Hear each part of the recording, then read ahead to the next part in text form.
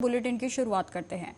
पुणे में Porsche car हादसे में पुलिस ने औरंगाबाद जिले के आरोपी नाबालिग लड़के के रियल एस्टेट डेवलपर पिता विशाल अग्रवाल को कल ही गिरफ्तार कर लिया था। आपको बताते चले कि पुणे एक्सीडेंट केस में पुलिस ने नाबालिग आरोपी के पिता विशाल अग्रवाल को छत्रपति संभाजीनगर से मंगलवार को गिरफ्तार कर लिया और इसके अलावा जिस पब में नाबालिग ने शराब पी थी उसके मालिक और मैनेजर को भी अरेस्ट कर लिया गया है। तो यानी आपको बताते चले कि इस मामले में अब तक लगभग पूरी 3 गिरफ्तारियां जो है वो हो चुकी हैं। नाबालिग लड़के ने अपनी तेज रफ्तार पोर्श कार से एक बाइक सवार को टक्कर मार दी थी और इस हादसे में 2 लोगों की मौके पर ही मौत हो गई।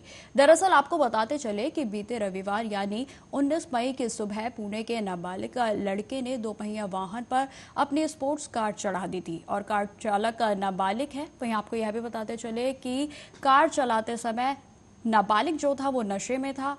हिरासत में लिए जाने के बाद 17 वर्षीय नाबालिग को 14 घंटे के अंदर ही जिला अदालत ने जमानत भी दे दी थी और इससे बड़े पैमाने पर आक्रोश फैल गया। वहीं आपको बताते चले कि इसके आक्रोश फैलने के बाद से ही लगातार गिरफ्तारी की मांग भी उठने लगी है और जिसके बाद इस मामले में उसके पिता को गिरफ्तार कर लिया गया और उसके अलावा नाबालिग के पिता विशाल अग्रवाल और 17 वर्षीय किशोर को शराब परोसने वाले जो पब थे दोनों को सील भी कर दिया गया है। तो जिस तरीके से हम आपको बता रहे हैं कि महाराष्ट्र के पुणे में इस समय बवाल मचा हुआ है, तो इस मामले पर लगातार राजनीति भी होती हुई दिख रही है, जिसमें राहुल गांधी की ओर से कहा जा रहा है कि इतनी बड़ी दुर्घटना हो जाती है, इतने बड़ा मामला हो जाता है और जिस पर बीजेपी बिल्कुल चुप है। तो वही आपको बताते चले कि महाराष्ट्र के उप मुख्यमंत्री की भी इस पर प्रतिक्रिया आई है, जिसमें देवेंद्र फडणवीस ने जो कार्रवाई बनती है वह करने के सख्त आदेश जो है वो दिए गए हैं। तो आपको बताते चले कि लगातार यह मामला जो है वो तूल पकड़ता जा रहा है और जिसमें आगे और क्या क्या खुलासे होंगे यह भी देखने वाली बात होगी। और इसी खबर पर अधिक जानकारी के लिए मेरे सहयोगी हमारे साथ जुड़ चुके हैं पुष्पेंद्र, तो इस मामले को लेकर फिलहाल क्या ताजा जानकारी सामने आ रही है?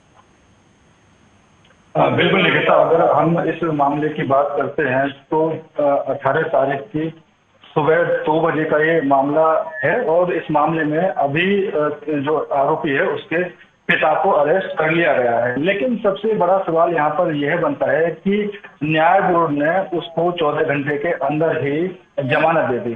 इस बात से जनता में भी काफी नाराजगी और नाराजगी के बाद ही तरह तरह के टिप्पणी अब इस मामले में आने लगे हैं।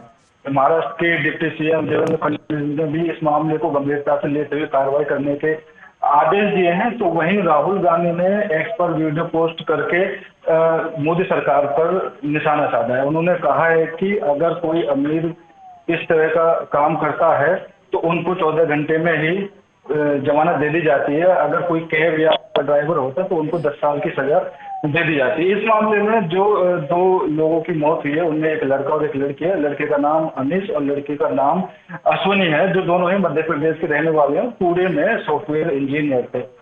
जी पुष्पेंद्र, अगर देखा जाए तो इसमें किशोर अधिनियम के जो अंतर्गत है उसे जमानत दी गई, लेकिन अगर इस तरीके से जैसे कि कोर्ट ने उसे 15 घंटों के भीतर ही जमानत दे दी तो कहीं ना कहीं इस अधिनियम का मिसयूज होता हुआ जो है वो नजर आ रहा है, क्योंकि नाबालिग की आड़ में कहीं ना कहीं आरोपी जो है वो बच गया है। जी बिल्कुल, अगर देखा जाए जिस हिसाब से नाबालिग किशोर को जमानत दी गई है और उससे जो जमानत के तौर पर लिखवाया है कि 300 शब्दों का निबंध लिख के दो, ठीक है, भविष्य में आप हादसे पीड़ितों की मदद करोगे, ठीक है, शराब जहाँ पर शराब का इलाज होता है वहाँ पर इलाज करवाइए। तो ये सब मुझे नहीं लगता कि इस केस में ये बात मायने रखी जाती है, ठीक है, क्योंकि किसी का लड़का जा चुका है, किसी की लड़की जा चुकी है, तो इस मामले को गंभीरता से लेने की जरूरत है। और इसमें जो बार है, बार जो होटल है, उन दोनों के मैनेजर और मालिक को भी गिरफ्तार किया गया है। हालांकि जो किशोर का पिता है वो भागने की कोशिश कर रहा था और उसने एक प्लानिंग भी की थी कि उसने अपने ड्राइवर को अपनी गाड़ी के द्वारा मुंबई भेजा, एक को गोवा भेज दिया, जिससे पता न चल पाया। हालांकि पुलिस ने उसके दोस्त की जानकारी के अनुसार उसका नंबर ट्रेस किया और उसको वहां से गिरफ्तार किया। जी पुष्पेंद्र, इसमें जानकारी सामने आ रही है कि जो नाबालिग लड़का है उसके अभी तक ब्लड रिपोर्ट भी सामने नहीं आई है, क्योंकि जिससे साफ साफ क्लियर होगा कि वो जिस समय ड्राइविंग कर रहा था उस समय वह ड्रंक्ड था या नहीं। तो ये भी कहीं ना कहीं जो है उससे पहले ही जमानत मिल जाना, तो ये भी उनके फेवर में जाने वाली बात है। देखिए, पुलिस पर इस बात को लेकर भी आरोप लग रहे हैं कि उस नाबालिग किशोर का अभी तक टेस्ट सैंपल आखिर क्यों नहीं आ पाया है और 11 घंटे के बाद उसका सैंपल क्यों लिया गया। क्या इस वजह से कि उसका जो नशा किया हुआ था वो तब तक उतर जाए और रिपोर्ट में वो इसी तरह का पॉजिटिव ना आ पाए। जी सर, जिस तरीके से जैसे मैंने कि सर आपको बताया है कि जुवेनाइल एक्ट के एक्ट यानी किशोर अधिनियम के तहत जो है ये कार्रवाई की गई है, तो कहीं ना कहीं क्या पुष्पेंद्र हमें यह कहना चाहिए कि इस एक्ट को बदलने की जरूरत है? क्या कोर्ट को इस पर कोई ना कोई परिवर्तन करना चाहिए? देखिए, बिल्कुल परिवर्तन करने की जरूरत है, क्योंकि जो नाबालिग की एज है वो 18 साल तक रखी गई है। 18 साल से ऊपर तक के जो लोग हैं वो बालिग स्टेशन में आते हैं, लेकिन इस बात की क्या गारंटी है कि 18 साल से कम उम्र के लोग अपराध नहीं करते, वो चोरी चकारी नहीं करते, हर चीज में वो लिप्त पाए जाते हैं। और लेकिन इसमें जो यहाँ पर नाबालिग है, अपराधियों को बिल्कुल पुष्पेंद्र, और इसमें जो नाबालिग है उसकी जो एज सामने आई है वो 17 साल 8 महीने है, यानी सिर्फ 4 महीने बाकी थे उसके बालिग होने में। तो कहीं ना कहीं मुझे ऐसा लगता है, और जो है हकीकत भी है, कि इस केस में जो है काफी ढील बरती गई है और काफी जो जल्दी है वो फैसला ले लिया गया। जी बिल्कुल, इसमें पूरी ढील बरती गई है। इसमें उस हिसाब से सीरियस होकर मामले की जांच नहीं की गई और ना ही पुलिस अधिकारियों ने इसको बिल्कुल संज्ञान में लेकर अच्छे तरीके से जांच की। इसमें 14 घंटे में उसको हिरासत से निकाल दिया गया। उसके लिए जो शर्तें रखी गई, 300 शब्दों का निबंध लिखो और ये चीजें फॉलो करो, ये मायने नहीं रखती। आखिर किसी इंसान को कैसे इतनी जल्दी जमानत दी जा सकती है जो 2 लोगों का हत्यारा हो? इसको हादसा कहें या एक सोची समझी साजिश कहें, ये अलग की बात है, क्योंकि उसने पहले से ड्रिंक की हुई थी और ये बात उसके पिता को भी पता थी। उसने पूरी परमिशन दी हुई थी कि वो शराब पी सकता है और उसने 90 मिनट के अंदर 48,000 रुपए की शराब अपने दोस्तों के साथ बैठकर पी गया। लेकिन यहाँ पर सबसे बड़ा सवाल यह होता है कि वो एक चर्चित व्यापारी का बेटा था, जिस वजह से इसमें पुलिस ने जल्दी कार्रवाई की या न्याय बोर्ड ने जल्दी फैसला सुना दिया। अगर कोई आम आदमी होता तो उसके साथ शायद इस तरह का न्याय जल्दी नहीं मिल पाता। ये मेरी नजर में नहीं है कि ये एक तरह का अच्छा न्याय है। जी पुष्पेंद्र, अगर बात की जाए कि जिस तरीके से आप जमानत मिल गई है और उसके बाद राजनीति भी जो है पूरे तरीके से गरमाई हुई है, तो इसमें दोनों पक्षों का जो है, दोनों तरफ से अगर बात की जाए तो जो सरकार है महाराष्ट्र में उसको लेकर और जो विपक्ष है वो क्या कह रहे हैं? देखिए, इस मामले पे राहुल गांधी ने एक्स पर एक वीडियो पोस्ट किया जिसमें उन्होंने बताया कि ये हादसा काफी ज्यादा दुखद है और एक अमीर से जुड़ा हुआ हादसा है, तो इसमें इस वजह से उसको जल्दी छोड़ दिया गया और उसको जमानत मिल गई। इनकी जगह अगर कोई कैब या उबर का ड्राइवर होता तो 10 साल की सजा मिल जाती, उसके साथ इस तरह का मामला नहीं होता। लेकिन डिप्टी सीएम देवेंद्र फडणवीस ने बदले में कहा है कि राहुल गांधी को पूरी बात का पता नहीं है, शायद वो लेट से इस बात का संज्ञान ले रहे हैं। इसमें हमारी तरफ से भी कार्रवाई के निर्देश दिए गए हैं और उस बार पर नगर निगम द्वारा बुलडोजर भी चला दिया गया। जी पुष्पेंद्र, इस केस में जो है नाबालिग की अभी तक आइडेंटिटी जो है वो भी नहीं रिवील की गई है। देखिए, उसकी अभी आइडेंटिटी छिपाई गई है। बाल किशोर सुधार गृह जो होता है उसने मना किया है कि अभी लड़के की आइडेंटिटी सबके सामने पेश नहीं की जाए, इसलिए उसके पिता का नाम ही चारों तरफ चल रहा है। आरोपी विशाल अग्रवाल के बेटे का नाम से ही उसको अभी बताया जा रहा है। लेकिन इसमें जो बातें निकलकर सामने आ रही हैं वो यह है कि 2 सॉफ्टवेयर इंजीनियर, जिसमें एक लड़का था एक लड़की थी, दोनों की मौके पर ही मौत हो जाती है और आरोपी वहां से भागने की कोशिश करता है, लेकिन एयरबैग खुलने की वजह से वो वहां से भाग नहीं पाता है। वहां के स्थानीय लोग उसे पकड़ लेते हैं, तब जाकर वो पुलिस को सौंप देते हैं। अगर एयरबैग नहीं खुलते तो वो मौके से फरार हो जाता और हो सकता है यह मामला अभी तक ठंडा पड़ा रहता। अभी पूरे देश के सामने ये मामला है तो सब लोग जान चुके हैं, लेकिन एक बार हादसा करने के बाद ड्राइवर अगर फरार हो जाए तो उस मामले में इतनी गंभीरता से पुलिस कार्रवाई नहीं करती है, ना ही ये चीजें आगे के लिए मायने रखती है। जी, जानकारी के अनुसार खबरें यह भी सामने आ रही हैं कि जो मृतक हैं उनके परिवार वालों का लगातार यही कहना है कि यह कोई हादसा नहीं है, यह साजिश थी। तो इसको लेकर क्या कुछ कोई जानकारी या फिर कोई ऐसा ठोस सबूत है जो अभी तक सामने आया है? देखिए, इसमें जो परिजन हैं मृतकों के, वो इसको हत्या बता रहे हैं, और हत्या बताना भी लाजमी है, क्योंकि ड्राइवर ने शराब पी हुई थी, वो शराब के नशे में था। अगर वो शराब के नशे में नहीं होता तो अच्छे से ड्राइविंग करता तो शायद ये हादसा नहीं होता। एक पोस्ट कार्ड को 200 की स्पीड पर चला रहा है, जो चश्मदीन है वो बता रहे हैं। तो ये घर वालों को समझ में आ रहा है कि ये एक तरह से हादसा नहीं है, हत्या। और इसमें एक जानकारी और निकल कर आ रही है, जो विशाल अग्रवाल है, जो आरोपी का दादा है सुरेंद्र कुमार अग्रवाल, उसके छोटा राजन से भी लिंक बताए जा रहे हैं। उन्होंने अपने भाई के साथ संपत्ति बंटवारे में उनको मारने के लिए राजन गैंग के शॉर्ट शूटर को सुपारी देते। तो इस नाबालिग रहीस जादे को जो है कहीं ना कहीं सर कह सकते हैं कि जो इनका बैकग्राउंड है उसका भी काफी सपोर्ट मिल रहा है, जिसकी वजह से जो है नाबालिग अब तक बचता हुआ आ रहा है। जी बिल्कुल कह सकते हैं। जैसा मैंने बताया कि नाबालिग आरोपी के दादा के जो लिंक थे वो सीधे छोटा राजन से थे, और इसी वजह से शायद कार्रवाई इतनी जल्दी होगी, उसको जमानत दे दी गई। अगर कोई आम आदमी होता तो उस मामले में पुलिस इस तरह चीजों को सॉर्ट आउट नहीं करती, अब तक सारी छानबीन की जाती और ना ही न्याय बोर्ड इतनी जल्दी फैसला सुनाता।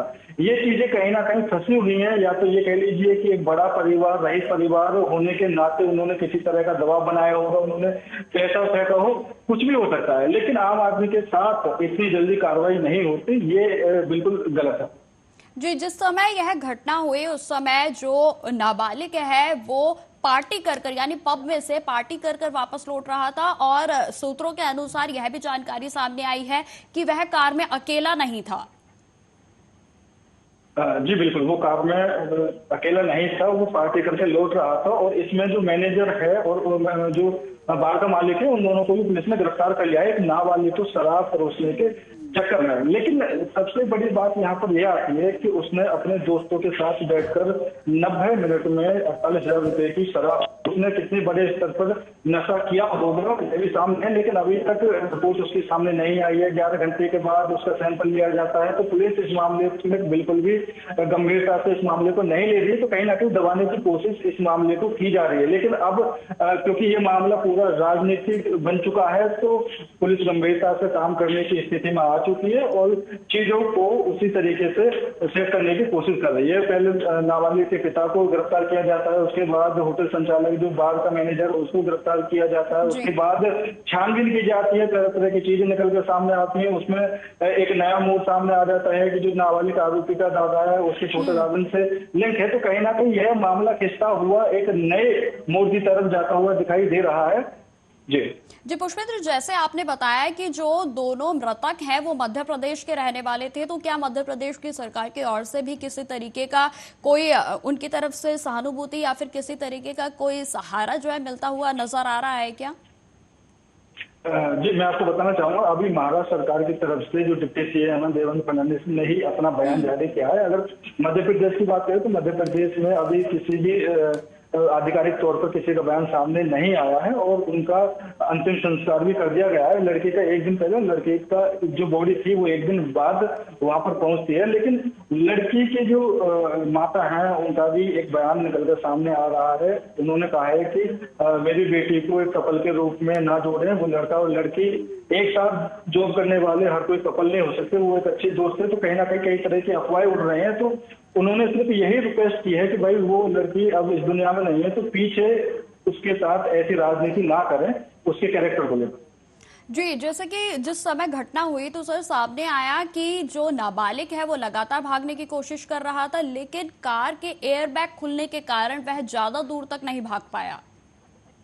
हाँ बिल्कुल, अगर कार के एयरबैग नहीं खुलते तो नाबालिग आरोपी वहां से फरार हो जाता, और अभी तक ये जो मामला इतना तूल पकड़ा हुआ है, ये मामला इतना तूल नहीं पकड़ता। क्योंकि अगर हम देखें जिस हिसाब से पुलिस ने जांच की है, तो अब तक वो गाड़ी खोजने में ही रह जाते हैं। लेकिन जब तक ये मुद्दा राजनीति में आया है तब से प्रशासन ने अच्छे से कार्रवाई करनी शुरू की है, वरना अभी तक लड़के को ही तलाश नहीं पाते।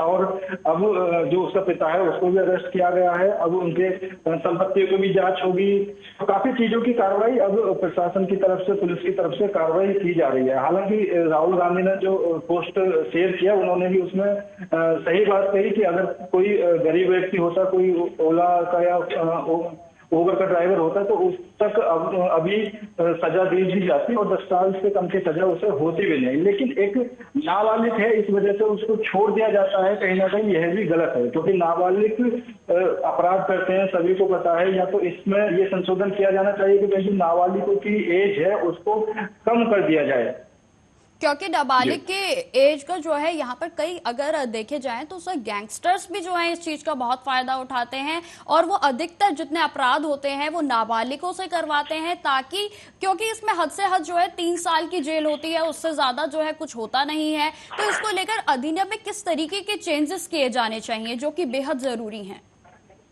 देखिए, अगर हम महाराष्ट्र की बात करें या अपने दिल्ली एनसीआर की बात करें, जो नाबालिग बच्चे हैं वो ही सबसे ज्यादा नशे में मिलते हैं और जो आपराधिक मामले हैं वो नाबालिग बच्चे ही करते हैं। हालांकि वो करते नहीं, उनसे कराए जाते हैं और इस चीज का फायदा जो बड़े बड़े मोस्ट वांटेड हैं, जो गुंडे हैं, वो इस चीज का फायदा उठा लेते हैं। तो इसको लेकर एक अच्छे से नया कानून या अधिनियम में कुछ ना कुछ संशोधन करना चाहिए, क्योंकि हर बार बाल सुधार गृह ही कामयाब नहीं होता बच्चे को सुधारने के लिए। अगर इसकी उम्र को थोड़ा कम कर दिया जाए और थोड़े सख्त नियम बना दिए जाएं तो कहीं ना कहीं इन चीजों पर रोकथाम लग सकती है। हालांकि शराब पीकर गाड़ी चलाना, इसको लेकर भी भारतीय संविधान में कानून बने हुए हैं, लेकिन उसके बावजूद भी शराब पीकर गाड़ियां दौड़ाई जाती हैं। और अगर एक नाबालिग शराब पीकर गाड़ी दौड़ा रहा है, वो हादसा भी कर रहा है, वो लोगों को मौत के घाट भी उतार रहा है, उसके बाद भी अगर उसे छोड़ दिया जाता है तो कहीं ना कहीं ये समझने की जरूरत है कि भारत सरकार एक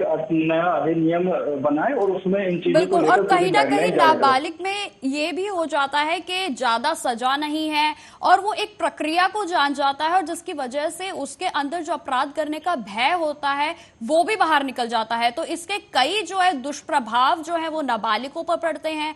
तो इस चीज को आप कैसे देखते हैं? देखिए, अगर नाबालिग कोई अपराध करता है उसके लिए कोई सजा का प्रावधान अभी है नहीं। उसके लिए सिर्फ इतना है, उसको बाल सुधार गृह भेज दिया जाता है, उसको वहां पर अच्छी अच्छी चीजें सिखाई जाती हैं। जब वो सारी चीजों में अच्छे से सीख लेता है उसको फिर वहां से निकाल दिया जाता है। लेकिन यही बात नहीं रुकती है कि उसको बाल सुधार गृह में पहुंचा दिया जाए, ठीक है। इस बात का भी कोई भरोसा नहीं किया जा सकता कि वहां से निकलने के बाद कि वो कोई अपराध करेगा या नहीं करेगा। मेरे जरूरत तो यही है कि एक नए अलग से नया कानून बनाया जाए, उस कानून के जरिए हर चीज को देखा जाए और नाबालिग जो अपराध करते हैं इसमें कहीं ना कहीं रोकथाम होगी। और प्रशासन को भी अलर्ट रहना चाहिए, पुलिस को भी अलर्ट रहना चाहिए। सड़क पर जो नाबालिग शराब पीकर गाड़ियां चलाते हैं, बाइक चलाते हैं, उस पर नजर रखनी चाहिए। जी पुष्पेंद्र, ताजा जानकारी के अनुसार पुलिस कार्रवाई अभी जो है वो कहां तक पहुंची है?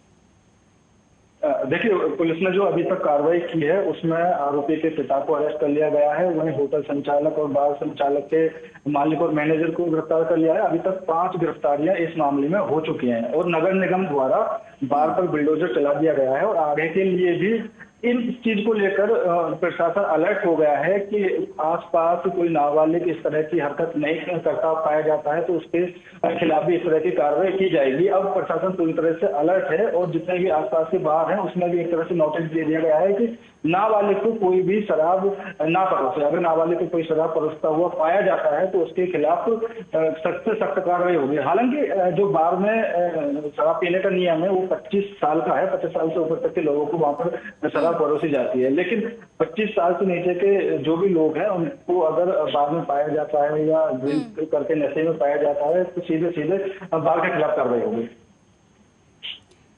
ठीक है पुष्पेंद्र, जिस तरीके से आपने सारी जानकारी दिया, मैं आपसे जानना चाहूंगी कि इसमें कहीं ना कहीं जो है पॉलिटिकल बैकग्राउंड फैमिली का निकलकर सामने आ रहा है, क्योंकि एज पर द सोर्सेज इसमें यह आया था सामने कि जो क्षेत्र के विधायक हैं वो भी अग्रवाल के यहाँ पर काम करते थे और जिसकी वजह से उसी दिन सेम डे नाइट के टाइम जो है वो थाने पहुंचे। तो इसको लेकर कितनी सच्चाई है इस बात में? क्या वाकई ही जो राजनीति की तरफ से भी जो विधायक हैं या फिर राजनीतिक में ऐसे कई जो शख्स है जिनकी वजह से सपोर्ट मिल रहा है? देखिए, एक अमीर व्यापारी है, पुणे का एक चर्चित व्यापारी है, उसके हर विधायक से हर मंत्री से लिंक हो सकते हैं और जब उसके खुद के लड़के की बात आ रही हो तो अपने लड़के को बचाने के लिए तरह तरह के सोर्स का इस्तेमाल वहां पर जरूर करेगा। उसने भी वही किया, ठीक है। लेकिन सबसे बड़ी बात यह है कि उसके इस काम को अंजाम देने के लिए, उसके सपोर्ट में खड़े रहने के लिए कौन सामने आया कौन नहीं आया, ये चीजें अभी गुप्त है। कौन विधायक है जिसने उसकी सोर्स थाने में लगाए, उसके बच्चे को छुड़ाने में मदद की, जमानत में मदद की, ये चीजें निकलकर अभी सामने नहीं आई है।